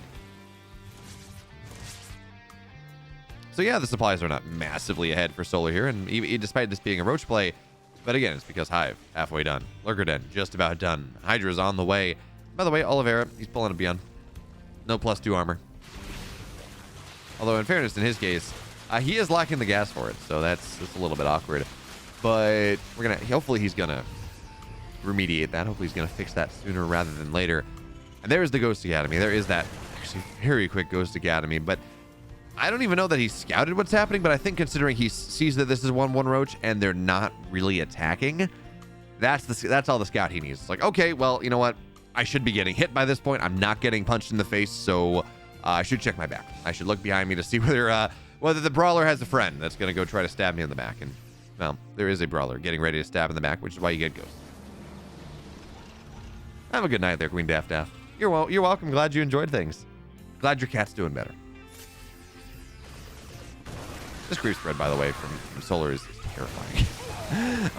It is just anytime you're a Terran and you can see creep like on the same screen as your base, doesn't matter what base it is, it's horrifying. It's not what you want. It feels really, really bad. But Oliveira is getting closer and closer to maxing out. He's got ghosts on the way. His 2-2 is just about done. I mean, he's gonna see. Oh, that's a big scout. He sees the lurkers. And now does Solar do something with this? He's got 1-1. His 2-2 is on the way. He's not super close, but it's on the way. So this tank is going to get a little bit misrallied, so that's a dead tank. But Solar's maxed out, He does have lurkers. He does have lurker range. So speed's not done just yet. But does Solar go and does he get aggressive with this? Does he just settle in and go for that late game? Eventually, you got to figure the Terran is going to be in a position where they're going to just have a superior army. Though no biostims for it. I don't know if the Viper went down, but it's still a couple dead Hydras, and, well, that's going to be fairly nice. Medevac stays alive. Back into the 3rd base. It's going to go. Spore is not going to knock it down. I think that was a dead Viper. I think Oliveira snapped the Viper with his bio, which is massive, of course. But okay, seems like Solar is getting himself kind of ready for a caveman Zerg style. He has this lurker Viper timing, and that can be powerful. But we see Baneling Nest coming down. Baneling Speed's going to get started after that. A +1. Yeah, there we go. +1 melee on the way. This is kind of what you want. Adrenal as well. I didn't hold that thought because Lings and Roaches on the right side. They're actually not going to get all that much done. Ghost sniping down some of these lurkers, and Solar loses a lot there. And he's not at the point just yet where his bank is massive and it's just really easy to absorb these losses. But point being, you go for this very tech heavy early late game. You know, Vipers and Lurkers and things. And then the Terran responds. You know, they build a lot of ghosts. And then you go Caveman behind that as a sniper going to go down. Now, nice EMP. One ghost will get abducted and will eventually go down. But again, there's a lot of these Lurkers falling. And we're seeing why Lurkers are... They're kind of just an early game idea. They're not all that great in the late game because ghosts are just such a hard counter to them as roaches now run forward. Solar's trading this out realistically. He doesn't want these roaches anymore. But I do like the idea of the composition. So Solar, you know, he got a lot of Lurkers. And actually he's building more. But then you go into like Hydroling Bane behind that because there are just too many ghosts and you don't have the supply efficiency quite as much. And now Bio, so Oliveira's gonna get on top of this. One Lurker's gonna get transfused and Oliveira has to back up just a little bit. The Lings are just not much of anything. That is one very low Lurker and it will go down. How many Lurkers in this position? Looks like there are enough. That makes it hard for Oliveira to really push in. Meanwhile, 14 STVs have gone down on the third base position from Oliveira as the tanks are just not quite in position enough. That might be Lurker run by, actually. I'm not sure. Meanwhile, Lurkers at the fourth base, but they're going to get sniped down. Two of them go down. They don't really get much of anything. So, you know, I thought this was going to be, again, Lurkers into Hydroling Bane. You know, you get Lurkers to force all the ghosts out, and then you go into... much more of a mid-game tempo army that the ghosts don't deal with super well. But no, Solar continues to build Lurkers, and I don't know. I feel like Lurkers in a game like this, they're just kind of they're a trap. They're not really what you want. Is another Lurker is going to get sniped down. There we go. Yes, Oliveira is going to lose the bottom left base, and that's unfortunate. He's going to get killed. Not even, well, yeah, it was already there, so it's going to get killed. But Oliveira continues to trade incredibly cost effectively here. Solar does not have over 1,000 gas. His mineral bank is not incredible as well. And yeah, he's maxing out. But we're not seeing those prohibitive, those dominant Zerg banks that we normally see in games like this. He just has not been able to get there yet. And now the Lurker on the right side will eventually go down. Oliveira continues to lose SCVs, but not at a rate that he can't replace. And now +3 Bio is about halfway done. Oliveira did forget that for a while. But he's also got +3 mech attack. These tanks are going to be they're going to be incredibly powerful as the Lurkers again try to deny this base. But I don't know that 2 SCVs for a Lurker and an Overseer is what you're looking for if you're Solar. And it's not like Solar really has been taking advantage of the positioning that Oliveira has been able to move into. You know, you have to reposition Ghost to kill the Lurkers. So maybe you swing in, right? You force the Lurker, you force the Ghost to move, and that's kind of your play. But no, okay, now here we go. The Lings are going to run forward. Banelings as well. Ghost at the back lines, though. Tanks are just not falling. And Solar runs in. He bashes his head against the brick wall, and the brick wall holds. I just feel like I want to see a different approach here coming in from Solar at this point. So now the Ghosts are all going to cloak it down. We're going to see this Overseer get sniped down. And yeah, this is getting a little bit dicey now. Oliveira, he doesn't have a bank, but neither does Solar. He's not losing that many SCVs. Blue Flame on the way, +3 mech on the way, which means, well, Blue Flame, how about the one-shot link? Which is really what you're looking for, is one Lurker will go down, one Overseer goes down. The rest of them, of course, run away. Thank you for the Ghost nerf. But Oliveira pretty much has every base he wants at this point. He's on 6 bases. He's going to be able to get the 7th on the bottom middle soon enough, I would think, or maybe maybe the 12 o'clock, 11 o'clock position. He's starting to dominate the map, and Solar is not taking advantage of what this composition gives him. You know, there's no Nidus. Now there's Nidus actually going down. Speak of the devil. But he's just trying to smash his head into the most heavily defended position that Oliveira has. You know, there's a Lurker run by on the 3 o'clock or on the third base, but he's just trying to run in from one position in Lingbane, really without even Viper support for the most part. And that's not how you win this game. You win this game by forcing the Terran out of position, by finding value somewhere. But okay, Lings and Mains, they will run forward once again. Again, Viper's get a blinding cloud, but it's only on the forward tank, and that's going to be a dead queen as well. So, yeah. Solar runs forward. He tries to find something, but 3 Marauders, 2 Marines for all this. Oliveira did, I guess, do a little bit of friendly fire. But it's just, I want to see resources lost because this just feels very cost inefficient. And Oliveira is one of the best in the world. I mean, he's the world champion for a reason, but he was doing this even before he was the world champion. He is one of the best in the world in just this lockdown late game style of just being impenetrable, of just exsanguinating the Zerg out of the map. And that, I do like this idea, by the way, from Solar, from attacking into the third base, trying to take a little bit more vulnerable position, as now SCVs are going to get pulled away. But folks, this is an orbital on the bottom side. It can just lift and run away. Tanks are now going to move into position, try to siege up where the lurkers are. And I don't know that this gets all that much done. Meanwhile, Lings and Bane's coming their way into the third base. The most salient position that Oliveira has, and it's a better, right? If a Solar had been attacking into this position this entire time, I think he could be getting a lot more done. Hydras are going to kill Liberators. Lings find their way into a mineral line. And now, yeah, this is the chaos that Solar has wanted this entire time. He's finally found that opening. Now Vipers are going to start to kill some of these medevacs. And it's all kind of falling apart for Oliveira. Now, he does have a big bank. And if he can stabilize for a moment, he's going to be in fine fettle. But he needs time. He needs to be able to just kind of recover from the chaos that has been, the hand that has been dealt to him. This chaotic game that he's been playing for the last minute or so. But it seems like he's doing that now. I don't know that this... Yeah, there we go. The Nidus should not really pop up. There are lurkers in it, but he's going to pop down very quickly. You kind of want to kill the Overseer, but there's really no anti-air in the main base, and I guess there were a couple Marines. Now Oliveira immediately reacting to the pressure at the front from Solar. If you're Solar, you would like to see him go, as those snipes kill every single Hydra. You'd like to see him do both. Drop the Nidus in the main base, get Oliveira distracted, swing in on another position as well. Take advantage. Stop playing the game of resources. Look at this. Jeez.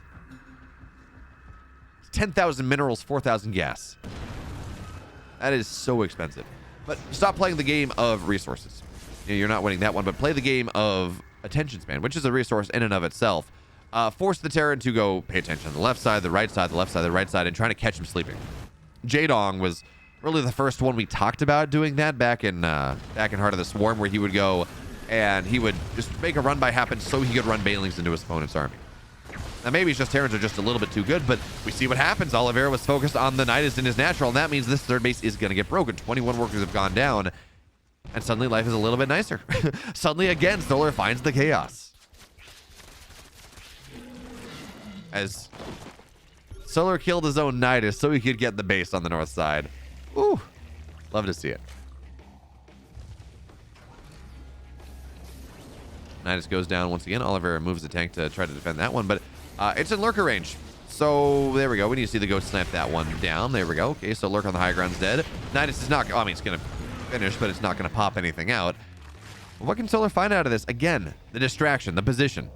That's the most important resource that Solar can play with this game. His army is much more mobile, and he can queue things up to make it hard for Oliveira to respond. But here we go. Lings Banes find their way into the third base once again. Hellbats have to run back away from the Banelings here. The Ghost on the right side, they're going to snipe everything down, but the orbital falls, and this is actually much more tangible economic damage. Oliveira has lost a lot of SCVs in this game.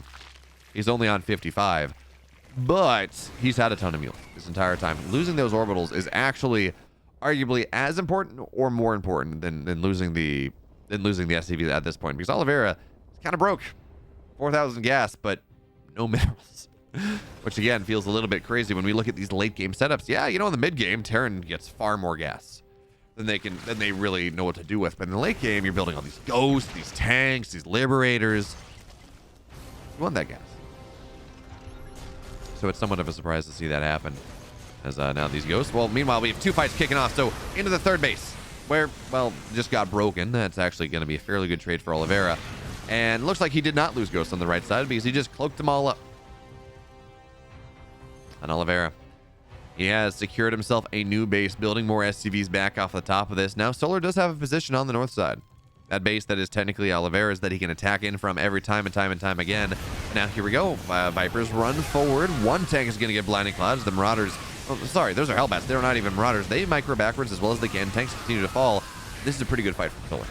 Looks like, yeah, this is actually turning into a massive fight for Solar here, as all of a sudden he finds his way to the natural. That is so many tanks going down. Solar finally found the salient position. He stopped slamming his head in the door on the most defended position that Oliveira had, at that forward fourth position. And again, Oliveira loses that base that honestly isn't even super important for mining anymore, but it is incredibly important from like map control. And now he's Oliveira. He's 150 supply. He's not been able to max out in a good long time. This orbital is starting to fall down. We have a neural just about done, which is going to be really, really fun, of course, if we get burrowed infestors that, you know, EMP some ghosts or something. That's always a nice time. And while Solar has never had the most money, I mean, he's on 92 workers. He's mining 4,000 minerals a minute. But he's not mining any gas. Ooh. Not really. He's mining 300 gas a minute. I mean, that is sure. That's what, 12 banelings a minute or something. That's not the right math. Anyways, banelings come forward, but this tank spread is nasty, and Solar does not want to make that trade.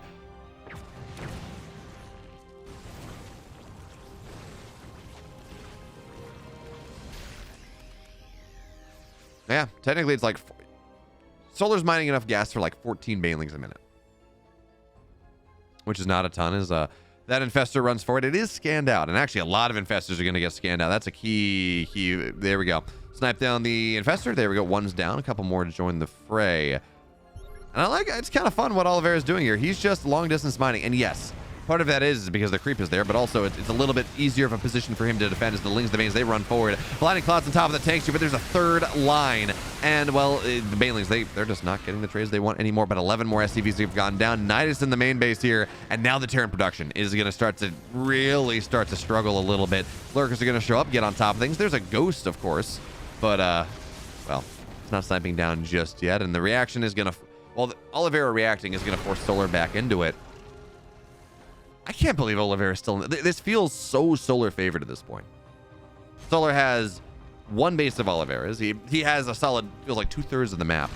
And just this smash mouth, caveman Zerg style over and over again is working super well. Now the Ghosts are going to cloak themselves up and run away, but they're overseers here. They can't run too far, and then, well, they got to run under the aegis of the missile turrets, and even that's not going to work. So many Ghosts have fallen down.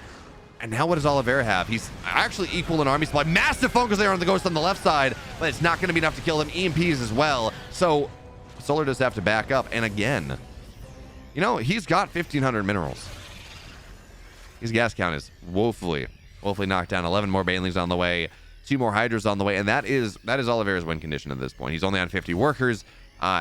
He's mining well enough,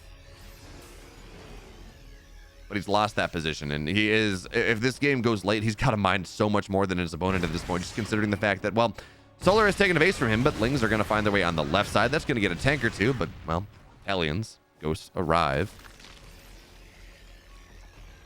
But Oliveira's win condition at this point is pretty simple.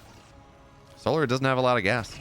He's running out of gas to mine, and that means no more Banelings, no more Vipers, no more Hydras, and Pure Ling in the late game is not something that that a Terran struggles to deal with all that much. Not really. Not with Hellbats that one-shot Lings. Not with Ghosts that two-shot Lings. It becomes a little bit more problematic. Now, again, the Vipers run forward. Blinding Clouds on the forward. Tanks, Banelings, well, they're going to try to get on top of these SCVs, and they will be successful there. But is the army trade good enough? It seems like it is, actually. Solar's up like 160 supply, but the Ghosts, they continue to stay alive, and they will continue to stay alive. Banelings don't get on top of them, and, well, the Overseers need to run away. But the problem is, yes, Ghosts are important, folks. They're arguably the most important unit in the Terran arsenal in the late game. But tank count is hurting. Tank count is hurting hard. Orbital needs to stay alive here. Oliveira barely has the money to repair it. And that's the most important mining base that he has. So one orbital is burning. The other one, Oliveira wants to turn this into a planet. Oh, this orbital is just going to go down. Oh, no. Infestor from the north side here. There we go. Orbital. 2 bases go down for the price of just not about it. Not much of anything. Neural. Okay, he's not going to see it. Not just yet. Infestor. He's looking for the Neural. Neural EMP. Is he going to go for it? I guess he's just looking for the fungal instead. Secret Agent Infestor behind enemy lines. Looking to end this game. And it's incredible, by the way. Oliveira kind of lost his last hope of mining, really. But it's incredible that Oliveira is still in this game. Just the way it's been going, second Infestor joins the squad as well. If Oliveira scans the army right now, it's going to be massive. But okay, here we go. Infestors getting ready to pop out just right now. They're not even going just yet. There's the pop out, and it's an immediate GG. Oliveira tries to hold on for as long as he can. But Secret Agent Infestor and just Smash Mouth Zerg takes the game. Solar gets the kill on the world champion. And now, Kites is on the ropes.